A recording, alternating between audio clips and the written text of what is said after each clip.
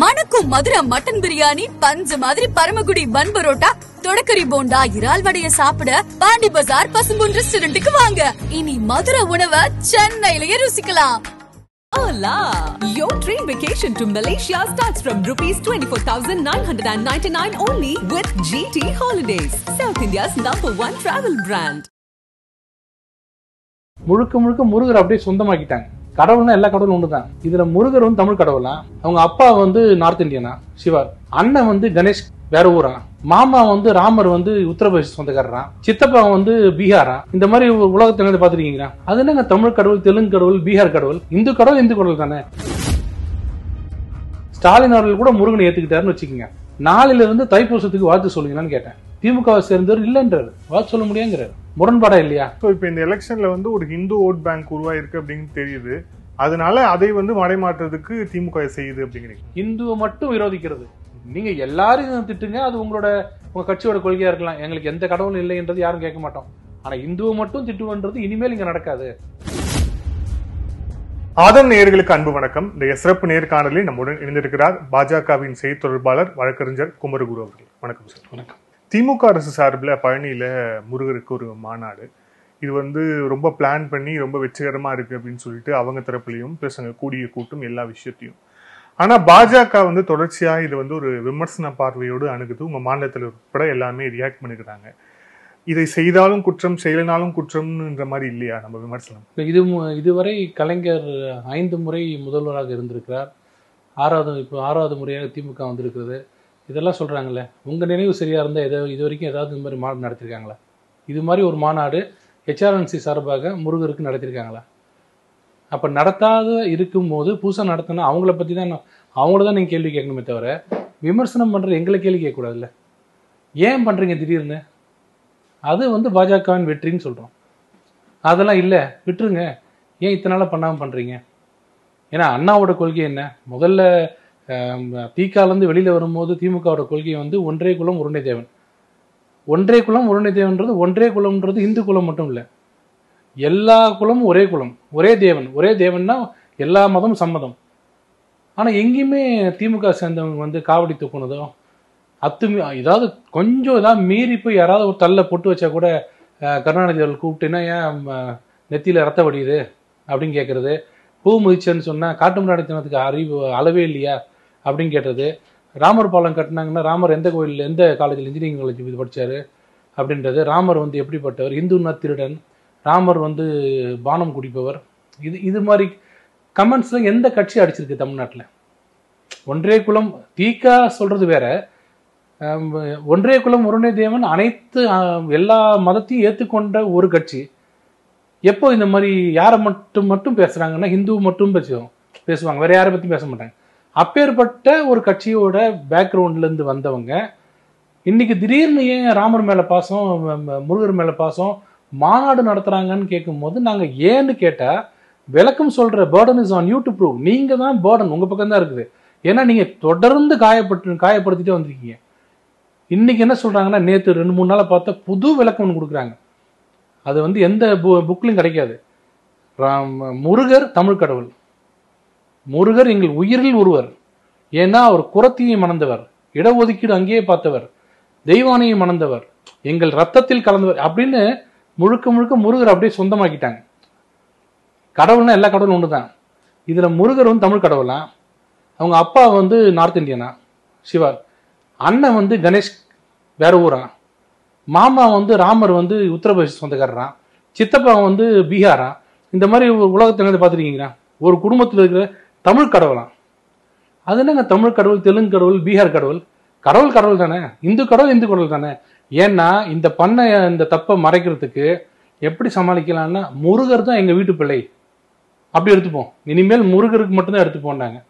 நான் கூட ஒரு தொலைக்காட்சியில கேட்டேன், சரி இன்னிலிருந்து முருகர் ஃபுல்லா எடுத்துக்கிட்டீங்க, நீங்க தான் முருகரோட முழு அத்தாரிட்டி, ஸோ முருகருக்கு மட்டும் நீங்க எப்பவுமே சேவை செய்வீங்க, எல்லா பூஜையும் செய்வீங்க, ஆறு கால பூஜை எல்லா கோயிலும் பண்ணுவீங்க. ஸ்டாலின் அவர்கள் கூட முருகனை ஏத்துக்கிட்டாருன்னு வச்சுக்கோங்க. நாளையில இருந்து தைப்பூசத்துக்கு வாழ்த்து சொல்லுங்களான்னு கேட்டேன். திமுகவை சேர்ந்தவர் இல்லைன்றாரு, வாழ்த்து சொல்ல முடியாங்கிறாரு. முரண்பாடா இல்லையா? ஒரு பக்கம் கவர்மெண்ட் இதை ஏத்துக்கிட்டு நடக்குது, அப்போ கவர்மெண்ட்டுக்கு எந்த விதமான ரிலிஜன் கிடையாது. கவர்மெண்ட் எப்போ ரிலிஜன் கிடையாது.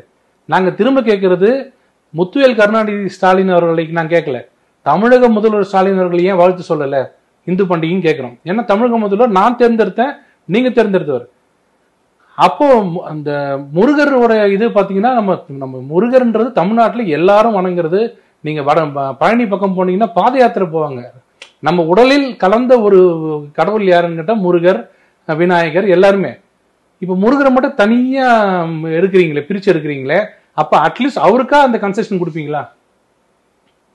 ஏன்னா இவங்கள ராமர் விட்டுருங்க, வடமொழி அதெல்லாம் விட்டுருங்க, முருகன் கொடுக்க மாட்டேன்றாங்க. அப்போ நீங்க முருகரை ஏத்துக்கிட்டது கூட வாழ்த்து கூட சொல்லக்கூடாத ஒரு தள்ளி வைக்கப்பட்ட தெய்வமா தான் முருகனை பாக்குறீங்க. ஏதாவது ஒரு பக்கம் வாங்க, முருகனை ஏத்துக்கிட்டீங்களா, நாங்க முருகனுக்கு மட்டும் ஒத்துப்போங்க, அவங்க மாமா ஒத்துக்க மாட்டாங்கன்னு சொன்னா ஒரு லாஜிக் இருக்கு. முருகனையும் இப்படி ஏத்துப்போம், ஆனா வாழ்த்தும் சொல்ல மாட்டோம். அதுக்கு ஆராசா என்ன சொல்றாருன்னா, பகுத்தறிவுக்கு உகந்த கடவுள்களை மட்டும்தான் நாங்க ஏத்துப்போம்.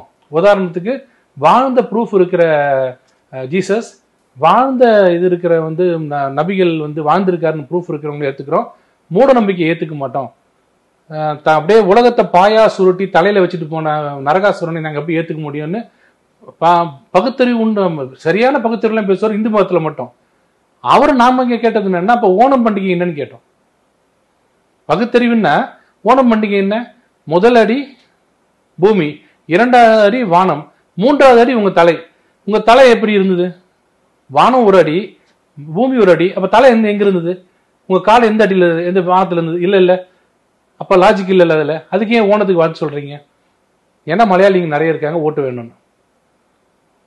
நீங்க யார வேணா கூப்பிட்டு டிபேட் கூப்பிடுங்க, நான் பேசுறேன். கடவுள் இருக்காரு இல்லை, தீக்காவை நான் பாராட்டுறேன்.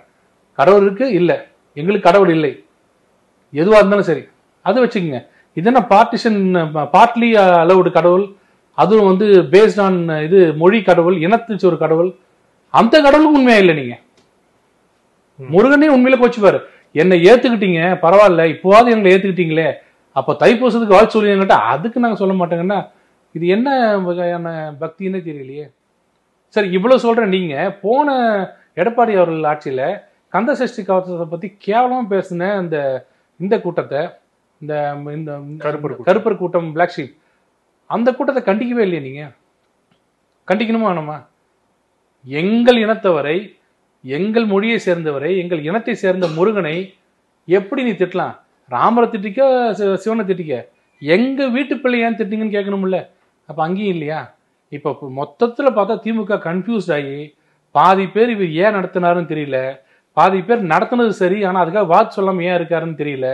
எல்லாரும் கன்ஃபியூஸ் ஆகி இப்ப எதுக்கு இது நடத்தினாங்கன்னு யாருக்கும் தெரியல. நாங்க சொல்றது அன்னைக்கு சொன்னது ஒருத்தர் சொன்னதுதான். திமுக காரங்களுக்கு ஓட்டு வேணும்னா, இந்துக்கள் முடிச்சுக்கிட்டாங்கன்னா பழனிக்கு அடிவாரத்துல காவடி தூக்கிட்டு போவாங்க அப்படின்னு சொன்னது உண்மையாக போயிட்டு இருக்குதுன்னு அர்த்தம். எங்களை பார்த்து பயப்படுறாங்கன்றது உண்மை இல்ல. இவ்வளவு நாளா திமுக தலைவர்கள் அவங்களுடைய கொள்கைகளை ஹிந்து சென்டிமெண்ட்ஸை ஹர்ட் பண்ற மாதிரியான விஷயமா இருக்கு, ஹிந்துவை மட்டும் டார்கெட் பண்றாங்க அப்படிங்கிறது தான் பாஜகவோட விமர்சனமா இருந்தது. இப்போ அதை நோக்கி அவங்க நகர்ந்துருக்காங்க, அது ஒரு பாசிட்டிவா பார்க்க முடியாதா? இப்போ நான் கேட்டேன், அது ஓகேவா? நான் கேட்டதுக்கு பதில் நீங்க உங்க சார்பா கேரண்டி கொடுப்பீங்களா? ஹிந்து நோக்கி நகர்ந்துட்டாங்க, இனிமேல் எல்லா பண்டிகைக்கும் வாழ்த்து சொல்லுவாங்க, குறைந்தபட்சம் ஆராசா வாயை மூடிக்கொள்வார் ஒரு குறிப்பிட்ட ஒரு காலத்திற்கு, ஒரு அடுத்த தேர்தல் வரைக்கும் ஆராசா வாயை மூடிக்கொள்வார். சொல்ல முடியுமா உங்களால? சொல்ல முடியாது.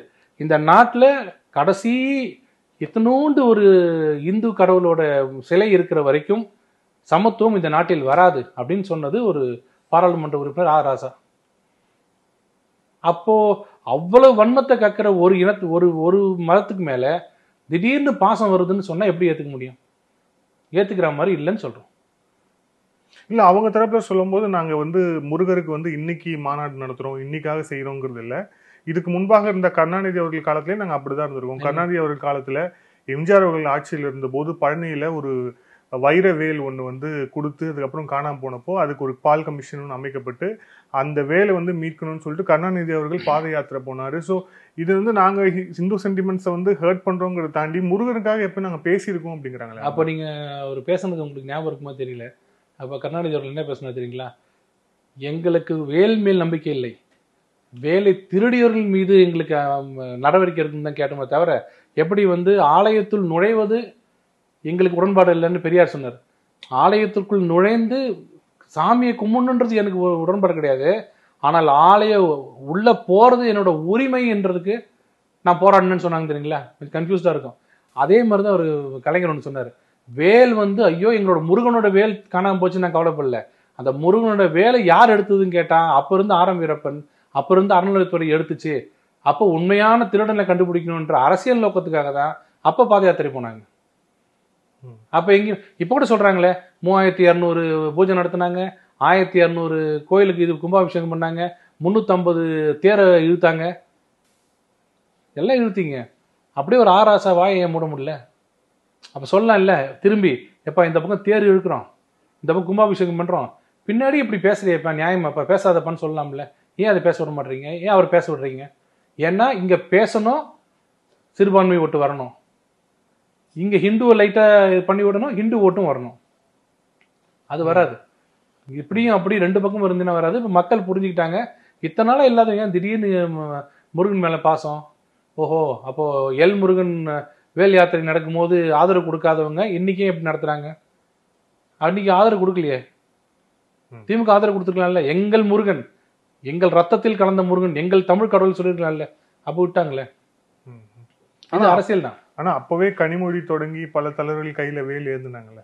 அது வந்து எலெக்ஷன் டைம்ல, எலெக்ஷன் வரும்போது வேல் ஏந்துவாங்க, எலெக்ஷன் போனதுக்கு அப்புறம் விட்டுருவாங்க. இப்ப வந்து முழுக்க முழுக்க என்னன்னா, எங்க பிஜேபி வந்து இப்பவே 12 இடத்துல 2வது வந்தாச்சுங்க. அது மிகப்பெரிய சாதனைன்றது அண்டர் கரண்ட்ல எல்லாருக்கும் தெரியும். ஏன்னா அதிமுகன்ற மிகப்பெரிய கட்சியை பின்னுக்கு தள்ளி 12 இடத்துல முன்னாடி வந்தது. நேற்று கூட எங்க மாநில தலைவர் பேசினாரு. கிட்டத்தட்ட 25,000 பூத்துல ஃபர்ஸ்டும் செகண்டும் வந்திருக்கும். 68,000 பூத்துல தமிழ்நாட்டில் இருக்கிறதுல 18,000 2வது இடமும் 7,000 இடத்துல முதலிடமும் வந்திருக்கும். 28,000 பூத்துல வந்து நாங்க ஃபர்ஸ்ட் அண்ட் செகண்ட்.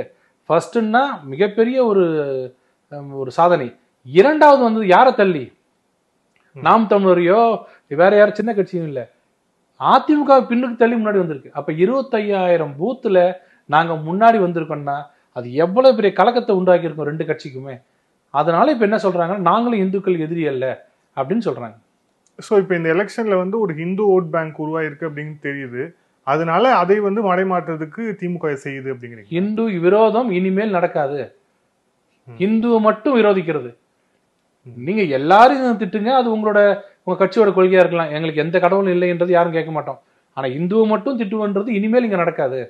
எல்லாரும் கேட்க ஆரம்பிக்கிறாங்க. அது என்ன இந்து கோயில் மட்டும், இந்துன்னா மட்டும் சாதாரணமா எல்லாரும் இஷ்டத்துக்கு பேசுறீங்க அப்படின்னு கேட்கறாங்க. ஏன் ஆராசா இவ்வளவு பேசினவரு வீராவை சம்மா ஊட்டியில எலெக்ஷன் என்ன சொன்னாரு? என் மனைவி ராமபக்தி. கேவலமா இல்லையாங்க? ரொம்ப கேவலமா இல்லையா? நானே சொல்றேன், எனக்கு பிடிக்கலன்னா பிடிக்கல, பிடிக்குதுன்னா பிடிக்குது. அது என்ன குளிர் காலத்துல பிடிக்குது, கோடை காலத்துல வந்து எனக்கு பிடிக்கல, எலெக்ஷன் டைம்ல மட்டும் ராமர் பிடிக்குது, மற்ற நேரத்துல இஷ்டத்துக்கு பேசுறது? இதை மக்கள் மறந்துடுவாங்கன்ற ஒரே காரணத்துக்காக ராராசா போன்ற அரசியல்வாதிகள்லாம் என்ன வேணா பேசு. அதாவது எப்படின்னா, எலெக்ஷன் டைமுக்கு போகும்போது கரெக்டா இருந்துக்க, அடுத்த 4.5 வருஷம் உன்னோட சொந்த விருப்புகள் என்னென்ன இருக்கோ எல்லாத்தையும் பேசு. ஆனா அந்த கடைசியில இந்த 3 மாசம் மட்டும் எல்லாத்துக்கும் நல்லவர் மாதிரி நடந்துக்க, எலெக்ஷன் முடியுது வரைக்கும். இதுன்றது மக்கள் தெரியுது இல்லை எல்லாருக்கும்.